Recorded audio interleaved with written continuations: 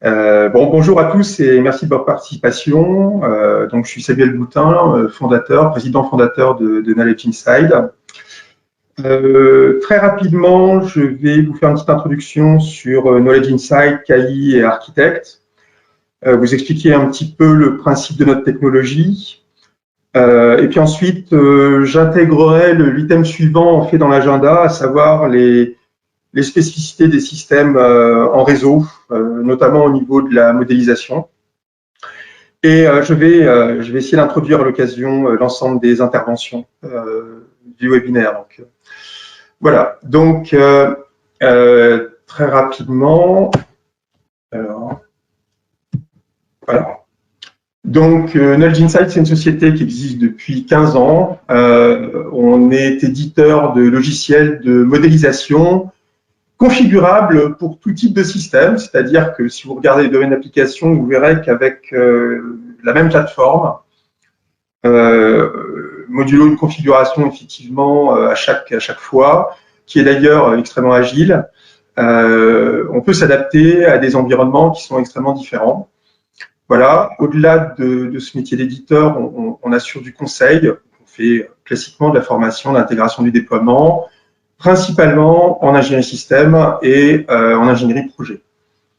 Voilà, bon, je mentionne qu'on a des partenariats R&D, on intervient dans des projets collaboratifs et on a une expertise assez forte sur tout ce qui est moteur d'inférence, méthode formelle.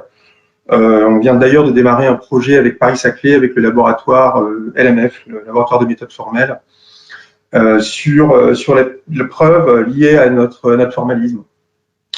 La valeur ajoutée de nos technos, de nos outils KI, alors c'est à travers la plateforme Architect qu'on développe depuis 15 ans et qui assure, je dirais, de manière complètement intégrée la structuration des informations, la cohérence des ensembles de toutes les informations, systèmes et projets, avec un principe de données unique, c'est-à-dire que la même information, si vous voulez, va se retrouver à plein d'endroits différents, avec plein de points de vue différents. Je sais pas, une exigence, vous allez la retrouver dans des spécifications, vous allez la retrouver dans des matrices de traçabilité, vous allez la retrouver déclinée en sous-exigences et dans divers documents, voire des documents métiers. Et donc, cette problématique d'avoir plein de points de vue différents sur le même objet en fonction de sa maturité, en fonction du métier, est complètement prise en compte par la plateforme et supportée, gérée par la plateforme. Voilà, il y a une intégration aussi de gestion de configuration, au sens gestion de révision, gestion de diversité. Et tout cela dans un mode collaboratif, c'est-à-dire que l'ensemble des acteurs, métiers, qui interviennent sur l'architecture, sur la gestion d'exigence, sur du projet, vont accéder au même référentiel d'information en temps réel et vont pouvoir contribuer dans un environnement qui est garanti, correct, complet. Voilà, d'une certaine manière, notre positionnement essentiellement, c'est en amont du PLM, sur la conception ou sur les phases de démarrage des projets, et tout le monde sait que c'est des moments clés dans la mesure où vous engagez 70% de vos coûts finalement dans les étapes amont. Voilà, domaine d'application, j'en ai parlé rapidement, vous pourrez les regarder a posteriori. Je vous parle maintenant de la plateforme Architect, donc qui assure la cohérence en temps réel du référentiel d'information d'entreprise. Donc je dis information et pas données. Information, ça vaut pour exigence, fonction, composants logiques, interface, donc ce qu'on appelle aussi dans le jargon des artefacts. Donc, Architect, c'est une base de données. Vous voyez une sorte de symbole de base de données au centre du slide. Graphique, parce qu'en fait, vous accédez aux informations et vous consultez les informations à travers des vues génératives, c'est-à-dire des projections qui partent de la base et qui vous permettent d'interagir sur certains aspects ou sur certains métiers. Synchrone, parce que quand vous faites une modification quelque part dans une des vues, elle est centralisée puis répercutée vers les autres vues. Et c'est ce qui permet d'assurer de la cohérence. Et structurée, puisque quand vous regardez une vue, en fait, vous n'allez voir que certains types d'informations, voire un sous-ensemble des informations qui vous intéressent pour réaliser un certain process, pour réaliser un certain métier. Et in fine, quand vous avez fait votre référentiel d'information, finalement, ce qui vous intéresse, c'est de générer des documents les documents qui vous sont demandés par des processus. Donc, ça peut être des spécifications, ça peut être un WBS, ça peut être différents types d'études liées à votre système. Voilà, vous voyez, on peut couvrir des sujets extrêmement variés et en fait, on le fait aussi de manière agile puisqu'on peut étendre ce formalisme pratiquement en temps réel pour rajouter de nouvelles vues ou de nouvelles fonctionnalités sur la base pour s'adapter à un métier ou pour prendre en compte un nouveau process. Donc la cohérence, c'est un point qui est absolument essentiel. C'est une cohérence qui est à la fois transversale, donc je vous ai expliqué entre les différents points de vue, et c'est aussi une cohérence verticale, puisque chaque point de vue est en fait hiérarchique. Quand vous regardez l'architecture fonctionnelle, vous avez une fonction, des sous-fonctions. Si une sous-fonction produit un flux non consommé, eh ben, il faut aussi voir ça au niveau de la fonction parente, voire de la racine et de toutes les fonctions parentes. Donc en fait, il y a une problématique de cohérence verticale dans les points de vue, autant que de cohérence horizontale entre tous les points de vue. Ensuite, c'est collaboratif. Collaboratif, ça veut dire que vous avez une notion d'administration utilisateur, ça veut dire que vous avez des accès concurrents et une gestion des conflits. Agile, ça veut dire que vous pouvez étendre le formalisme en cours de route, qu'il y a une flexibilité, si vous voulez, du modèle de données, des points de vue. Vous avez d'ailleurs une API de programmation Python qui vous permet d'accéder à toutes les informations et même de créer des points de vue supplémentaires, si vous en avez besoin. La gestion de configuration, c'est tout ce qui va être gestion de diversité, options, variantes. Donc en fait, tous les points de vue de l'outil peuvent se spécifier, enfin se spécialiser par rapport à une variante particulière. Et dans ce cas-là, on voit toutes les incohérences qu'il peut y avoir dans cette variante. Il y a aussi une notion de gestion de révision. La gestion de révision, elle intervient au niveau d'un objet, elle intervient au niveau de la base dans son ensemble, et elle intervient au niveau d'un regroupement d'objets, par exemple pour baseliner des documents. Et le dernier point très important, c'est l'ouverture. C'est-à-dire qu'il y a une API Python complètement exhaustive qui vous permet d'accéder à toutes les informations de la base et qui vous permet de l'exporter dans des formats très variés. Ça peut être des bases de données, ça peut être de l'Excel, ça peut être du XML, de manière complètement transparente.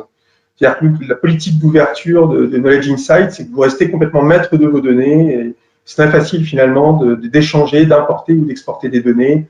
Je pense qu'il y aura des exemples qui seront cités dans les présentations d'aujourd'hui.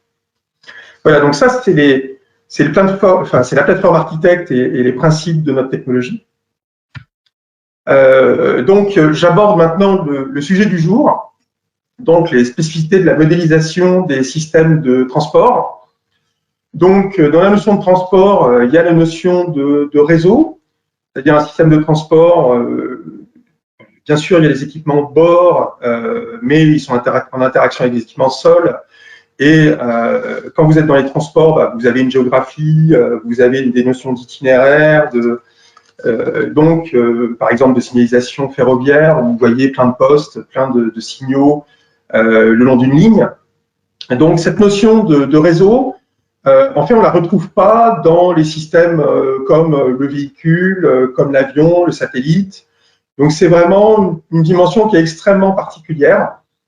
Et en fait, on a travaillé ces dernières années sur le fait d'intégrer cette dimension réseau et la dimension paramétrisation dans la modélisation.